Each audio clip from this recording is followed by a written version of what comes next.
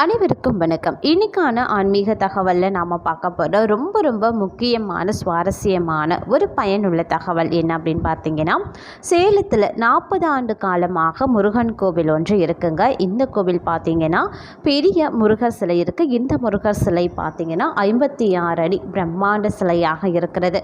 ஆனால் இதில் ஒரு விஷயம் அப்படின்னு பார்த்தீங்கன்னா, இந்த முருகப்பெருமானை பார்ப்பதற்கு முனீஸ்வரர் போல இருப்பார் அப்படின்னு சொல்லப்படுதுங்க. அதாவது முருகப்பெருமானா முனீஸ்வர பகவானா அப்படிங்கிறது தான் இப்போது இந்த சிலையில் காணப்படக்கூடிய ஒரு பெரும் கேள்வியாக இருக்கிறது அப்படின்னு கூட சொல்லலாம். முருகனா முனியப்பனா, சேலம் கோவிலில் நடக்கக்கூடிய குளறுபடி என்ன அப்படிங்கிறத பற்றின பல முக்கிய தகவல்களையும், அது மட்டும் இல்லாமல் முருகப்பெருமானை பற்றி இதுவரைக்கும் நீங்கள் அறிந்திராத பல சுவாரஸ்யமான முக்கிய தகவல்களை பற்றியும் இன்னைக்கு வீடியோவில் நாம் தெரிஞ்சுக்க போகிறோம். இந்த பதிவு உங்களுக்கு மிக பயனுள்ள விகிதத்தில் இருக்கும். வீடியோக்குள்ளே போகிறதுக்கு முன்னாடி இதுவரைக்கும் நீங்கள் நம்ம சேனலை சப்ஸ்கிரைப் பண்ணலனா உடனே சப்ஸ்கிரைப் பண்ணிக்கோங்க. அப்படியே பக்கத்தில் இருக்கக்கூடிய நோட்டிஃபிகேஷனுக்கான பெல் பட்டனையும் ப்ரெஸ் பண்ணிக்கோங்க. சரி நேயர்களே, வாங்க வீடியோக்குள்ளே போகலாம்.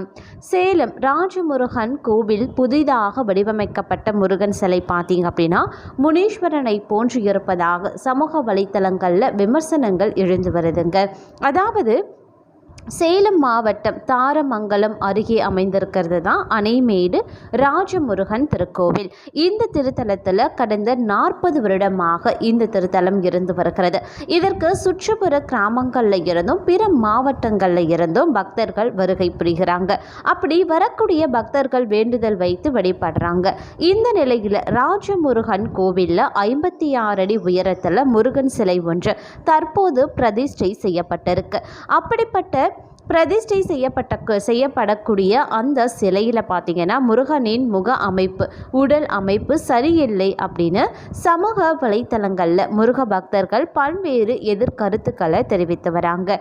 இந்த நிலையில் சம்பந்தப்பட்ட ராஜமுருகன் திருக்கோயிலின் ஸ்தாபகர் வெங்கடாச்சலத்தை சந்தித்து சில விஷயங்கள் பற்றி பேசும் பொழுது அவர் என்ன சொல்லியிருக்காரு அப்படின்னா, கடந்த 40 ஆண்டு காலமாக இந்த திருக்கோயில் இருந்து வருவதாகவும், இந்த கோயிலை பரம்பரையாக அவர்களது குடும்பத்தை சேர்ந்தவர்கள் பராமரித்து வருகிறார்கள் அப்படின்னு சொல்லியிருக்காரு.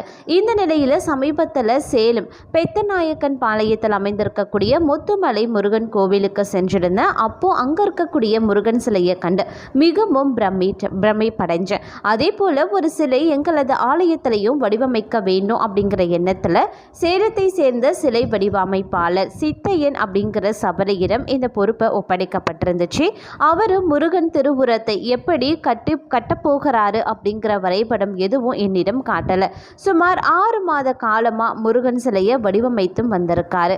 இதற்காக நாங்களும் பல இடங்களில் கடனை வாங்கி செலவு செய்திருக்கோம். தரை மட்டத்தில் இருந்து 76 அடி உயரம் கொண்ட முருகன் சிலை கட்டலாம் அப்படின்னு முடிவு செய்து வேலை தொடங்கப்பட்டிருக்கு.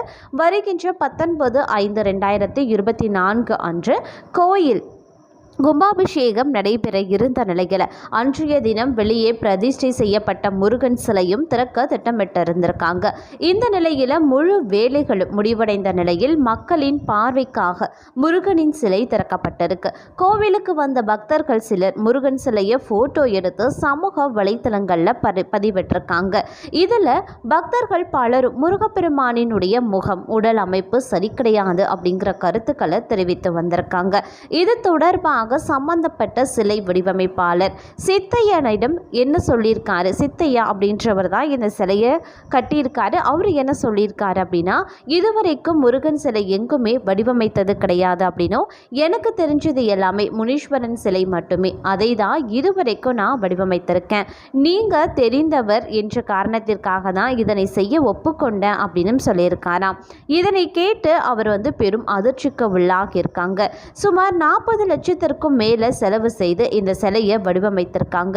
கடைசி நேரத்தில் இது மாதிரியான விஷயத்தை அவர் சொல்லியிருப்பது வேறு வழி இல்லாமல் முருகனின் சிலையை சீரமைக்க முடிவு செய்திருக்கிறாங்க அப்படின்னு சொல்லப்பட்டிருக்குங்க. அது மட்டும் இல்லாமல் தற்போது பார்த்தீங்க அப்படின்னா முருகப்பெருமான் அப்படின்னு சேலத்தில் பார்த்தீங்க அப்படின்னா ஏற்கனவே ஒரு கோவில் ஒன்று அமைக்கப்பட்டிருக்கு. அதுவும் ரொம்ப ரொம்ப பிரம்மாண்டமான ஒரு கோவில் அப்படின்னு கூட சொல்லலாம். அங்கேயும் முருகர் சிலை குழந்தை வடிவத்தில் காட்சி தந்திருக்காரு அப்படின்னு கூட சொல்லலாம். முருகப்பெருமான் அப்படின்னு சொன்னாலே அனைவருக்குமே ஞாபகம் வருவது அப்படின்னு பார்த்தீங்கன்னா தமிழ் கடவுள் அப்படின்னு கூட சொல்லலாம். தமிழ் கடவுள் முருகப்பெருமான் பற்றிய சில ருசிகர தகவல்கள் பார்த்தீங்கன்னா இப்போ நாம் இந்த சேனலில் பார்க்கலாம். அதாவது முருகா அப்படின்னு நீங்கள் ஒரு முறை சொல்கிற பொழுது முருகனோடு மும்மூர்த்திகளும் அருள் வழங்க வருவார்கள் அப்படின்னு சொல்லுவாங்க. ஏன் அப்படின்னா அப்படின்னு சொன்னால் முகுந்தன் அப்படின்னும் அழைக்கப்படும் திருமாலை குறிக்குங்க. அப்படின்னு சொன்னால் ருத்ரன் அப்படின்னு அழைக்கப்படக்கூடிய சிவபெருமானை குறிக்குமா. அப்படின்னு சொன்னால் கமலத்தில் அமர்ந்திருக்கக்கூடிய கமலனான பிரம்மாவை குறிக்குமா.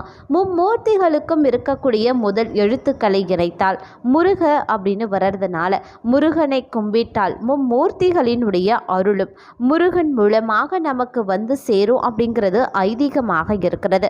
அத்தகைய முருகப்பெருமானை பற்றிய ருசிகரமான தகவல்கள் இப்போது உங்களுக்காக. முருகன் அழித்த 6 பகைவர்கள் யார் யார் அப்படின்னா ஆணவம், கண்மம், குரோதம், லோபம், மதம், மாத்சரியம் அப்படிங்கிறது. பசிபிக், சிலியஸ், பிஜி, மடகாஸ்கர் நாடுகள்லையும் முருகன் வழிபாடு இருக்குங்க. மலைகளில் குடிக்கொண்டிருக்கக்கூடிய குமரனுக்கு சிலம்பன் என்றொரு பெயரும் இருக்கு. முருகனுக்கு விசாகன் அப்படின்னு ஒரு பெயர் இருக்குங்க. விசாகன் அப்படின்னு சொன்னால் மயிலில் சஞ்சரிப்பவன் அப்படின்னு பொருளாம். முருகப்பெருமானினுடைய வலப்புறம் இருக்கக்கூடிய 6 கரங்களில் அபயகரம், கோழிக்கொடி, பஞ்சீரம், அங்குசம், அம்பு, வேல் என்கிற 6 ஆயுதங்களும், இடப்புறம் இருக்கக்கூடிய 6 கரங்களில் வரமளிக்கும் கை, தாமரை, மணி, மழு, தண்டாயுதம், வில் போன்றவையும் இருக்குமா. முருகனின் கோழிக்கொடிக்கும் குக்குடம் என்றோர் பெயர் இருக்கு. இந்த கோழியே வைகரை பொழுதில் ஓங்கார மந்திரத்தை ஒளிவடிவில் உணர்த்துவது அப்படின்னு சொல்றாங்க. கந்த புராணத்தில் வரக்கூடிய சுப்பிரமணிய ஸ்தோத்திரம் தினசரி அதிகாலையில் படிப்பவர்களது அனைத்து பாவங்களுக்கும் நிவர்த்தியாகுமா. முருகப்பெருமானுக்கு உகந்த மலர்கள் முல்லை, சாமந்தி, ரோஜா, காந்தன் முதலியவை அப்படின்னு சொல்லலாம். முருகனை ஒரு முறையே வலம் வருதல் வேண்டும். முருகப்பெருமானை வணங்க சாஸ்டி, விசாகம், கார்த்திகை, திங்கள், செவ்வாய் ஆகிய இவை அனைத்துமே உகந்த நாட்களாக கருதப்படுதுங்க.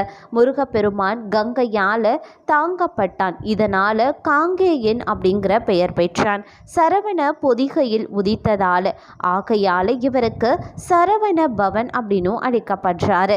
கார்த்திகை பெண்களால் வளர்க்கப்பட்டதால கார்த்திகேயன் அப்படின்னும், சக்திங்கனால 6 உருவமும் ஒரே உருவமாக ஆக்கப்பட்டதால கந்தன் அப்படிங்கிற பெயரும் கொண்டிருக்காரு. தமிழகத்தில் முருகப்பெருமானுக்கு குடைவரை கோவில்கள் இருக்கக்கூடிய இடங்கள் கழுகுமலை, திருக்கழுக்குன்றம், குன்றக்குடி, குடுமியான்மலை, சித்தன்னவாசல், வள்ளிக்கோயில், மாமல்லபுரம். முருகப்பெருமானுக்காக கட்டப்பட்ட முதல் திருக்கோவில் புதுக்கோட்டை மாவட்டத்தில் இருக்கக்கூடிய ஒற்றை கண்ணூர் திருக்கோவில் ஆகும். முதலாம் ஆதித்த சோழன் இதனை கட்டியிருக்காரு. இந்த கோயிலில் முருகனுக்கு யானை வாகனமாக அமைந்திருக்குங்க. ஒரு திருக்கரத்தில் ஜப மாலையும் மறுகையில் சென் முத்திரையும் கூடிய நிலையில் இங்க அருள் பாலிக்கிறாரு. முத்தமிழால வைதாரையும் வாழ வைப்பான் முருகன் அப்படின்னு அருட்கவி அருணகிரியும் பாடியிருக்காரு. முருகனை போன்று கருப்பை வாசம் செய்யாத வேறு தெய்வம் வீரபத்திரர். முருகனை திருஞான சம்பந்தராய் அவதாரம் செய்தார் அப்படின்னு பலரும் பாடியிருக்காங்க. பிரம்மச்சரிய, கிருகஸ்த, சந்நியாச கோலங்கள்ல முருகனை மட்டுமே காண முடியும். பிற கடவுள்களுக்கு இல்லாத சிறப்பு அப்படின்னு கூட சொல்லலாம். அது மட்டும் இல்லாமல் முருகருடைய வழிபாடு அப்படிங்கிறது ஷண்மதம் அப்படின்னு சொல்லப்படுதுங்க. கந்தனுக்குரிய விரதங்கள் அப்படின்னு பார்த்தீங்கன்னா பார விரதம், நட்சத்திர விரதம், திதி விரதம். முருகனின் மூல மந்திரம் ஓம் சரவண பவாய நமக அப்படின்னு சொல்லலாம்.